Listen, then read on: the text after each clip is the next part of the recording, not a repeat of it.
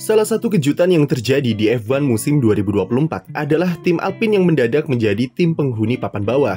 Awal musim tidak berjalan begitu bagus bagi Alpine, mengingat mereka belum merasakan poin sama sekali dan harus duduk di barisan dasar klasemen konstruktor. Padahal Alpine adalah salah satu dari 4 tim pabrikan yang ada di F1, dan sumber daya yang mereka miliki seharusnya bisa membawa tim ini bersaing kompetitif di papan tengah bersama Aston Martin atau McLaren. Dengan performa seamburadul ini, tidak heran muncul wacana jika Alpine akan dijual oleh Renault karena dampak negatifnya terhadap penjualan mobil mereka secara global. Alpine sendiri merupakan evolusi brand dari Renault yang memulai debutnya di F1 pada musim 2021 silam. Perubahan dari Renault ke Alpine, tujuan utamanya memang murni untuk meningkatkan penjualan mobil sport mereka serta memaksimalkan marketing perusahaan. Tapi dengan kondisi tim yang diselimuti atmosfer negatif seperti saat ini, Renault membuka kemungkinan untuk menjual tim yang berbasis di Enstone tersebut, atau setidaknya branding Renault akan kembali dipakai di tim. Namun sebelum dijual, maka calon pembeli harus tahu dulu sebenarnya masalah apa saja yang mendasari bapuknya tim BUMN Prancis ini. Dari aspek performa, persiapan mereka untuk musim 2024 sangat terganggu dengan gagalnya Alpine lolos dari tes uji tabrak dan uji beban di sasis mobil terbarunya. Tidak lolos uji tabrak dan beban membuat Alpine harus merombak kembali sasisnya, terutama dari segi material, dan itu membuat mobil E524 menjadi obesitas atau kelebihan berat dibanding tim-tim lainnya. Kelebihan berat membuat keseimbangan mobil secara aerodinamika yang sudah didesain sejak lama menjadi tidak optimal dan membawa mereka terjun bebas ke papan bawah. Selain itu, dari segi development mobil, Alpine sudah kehilangan arah dengan keluarnya Pat Fry selaku direktur teknis yang menjadi bagian dari eksodus besar-besaran pada pertengahan musim 2023. Peta pengembangan mobil yang sudah dibentuk untuk era ground effect kemudian menjadi kacau karena pergantian pimpinan di divisi teknis, dan jadi faktor tambahan yang sebabkan Alpine alami penurunan performa yang signifikan. Itu artinya hilangnya Pat Fry dan eksodus massal yang dilakukan musim lalu secara tak langsung memang berpengaruh terhadap terganggunya persiapan Alpine untuk 2024. Namun Bruno Famin, selaku tim prinsipal yang menggantikan Otmar Szafnauer musim lalu, sepertinya tidak setuju dengan itu. Dan dari sinilah muncul pertanyaan, sebenarnya dari mana akar permasalahan serta siapa yang salah dari ambruknya Alpine musim ini? Menurut Bruno, mobil yang mereka punya sekarang adalah hasil dari manajemen sebelumnya di Alpine. Dia tidak menjelaskan secara rinci soal apa dasar statementnya tersebut, tapi ia terkesan seperti membebankan tanggung jawabnya ke manajemen sebelumnya untuk cuci tangan atas kondisi yang mereka alami sekarang.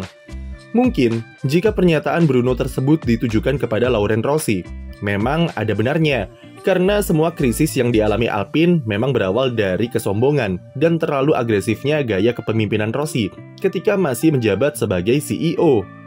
Terutama soal pengembangan mesin, yang melupakan aspek reliabilitas demi memaksimalkan performa sangat berdampak pada Alpine dengan situasi engine freeze.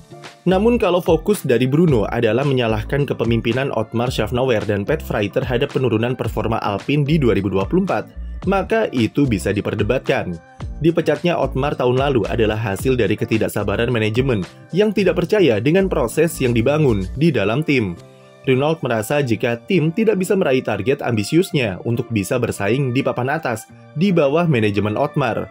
Bukan hanya itu, mereka juga membuang figur senior seperti Alain Permay yang sudah bekerja di Enstone selama lebih dari 2 dekade dan selalu memegang peran kunci di operasional tim. Renault ingin adanya percepatan proses di dalam tubuh manajemen Alpine untuk bisa meningkatkan performanya sesegera mungkin dan kembali mengulangi penampilannya seperti musim 2021 serta 2022. Tapi alih-alih menjadi lebih baik, kondisi malah semakin ambyar bagi Alpine setelah pergantian manajemen. Hal inilah yang dijadikan bantahan bagi Szafnauer yang merasa disalahkan oleh Bruno Famin atas performa mengecewakan tim. Sebelum dipecat, Otmar beserta timnya sama sekali belum menyentuh pengembangan mobil baru karena mereka masih ada di fase evaluasi menjelang jeda musim panas. Barulah setelah dipecat, Alpine memulai pengembangan mobil baru dan itu semua dilakukan di bawah manajemen baru dengan Matt Harman.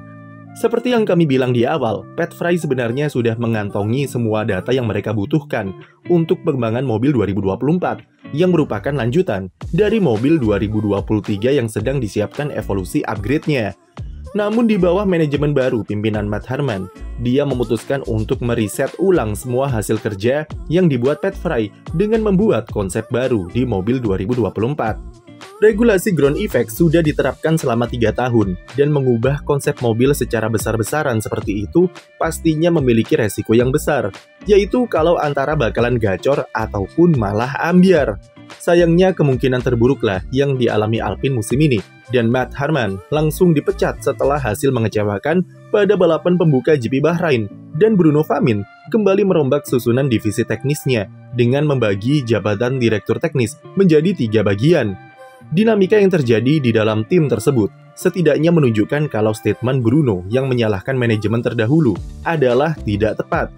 Karena dengan memecat orang-orang kunci seperti Otmar, Pat Fry, dan Alan Permay, Alpine justru merusak semua fondasi yang sudah mereka bangun untuk masa depan tim ini.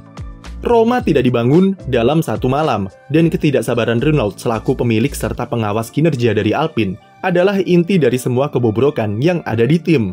Otmar Szafnauer juga angkat bicara dan mengatakan kalau permainan Renault selaku top manajemen adalah biang keladi dari susahnya Alpine untuk bisa naik sebagai tim papan atas karena sulitnya menghasilkan stabilitas internal.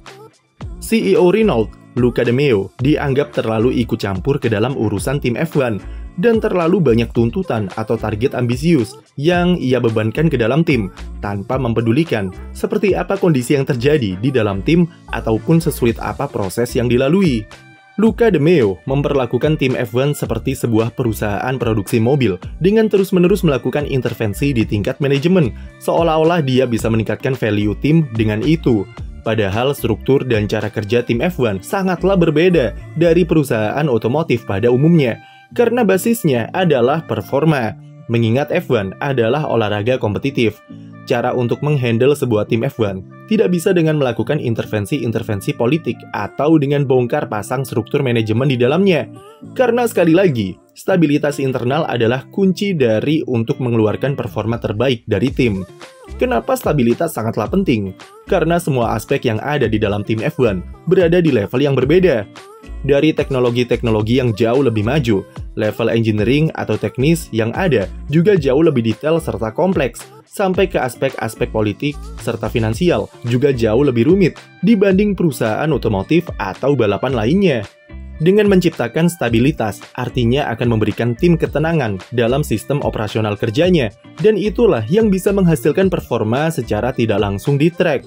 Tapi dengan intervensi yang diciptakan Luca De Meo selama ini dari pergantian brand ke Alpine, yang membuat Laurent Rossi berkuasa sampai eksodus manajemen tahun lalu, membuat tim dilanda rasa ketakutan jika mereka tidak perform, maka akan ada perombakan lagi yang dilakukan.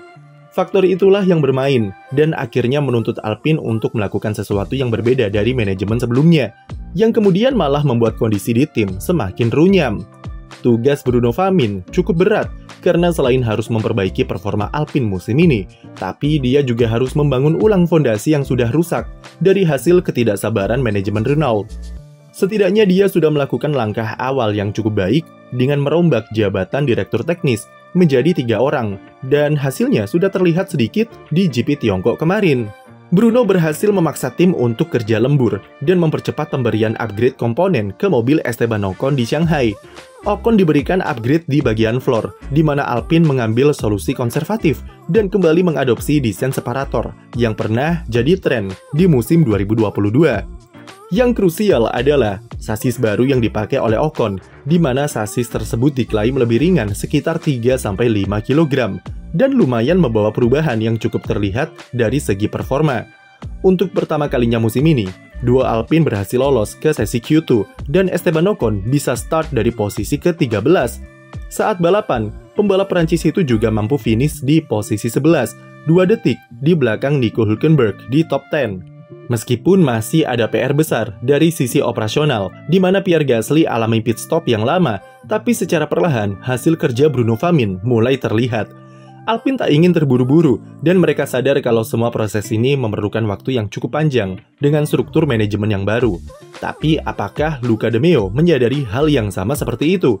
Kalau tidak, maka endingnya bakal sama saja, dan Alpine selamanya akan menjadi tim pabrikan rasa mediocre, tanpa kemajuan apapun, dan lebih baik dijual saja, ke Andretti misalnya. Sekian video dari kami, jangan lupa beri like dan subscribe untuk konten F1 lainnya.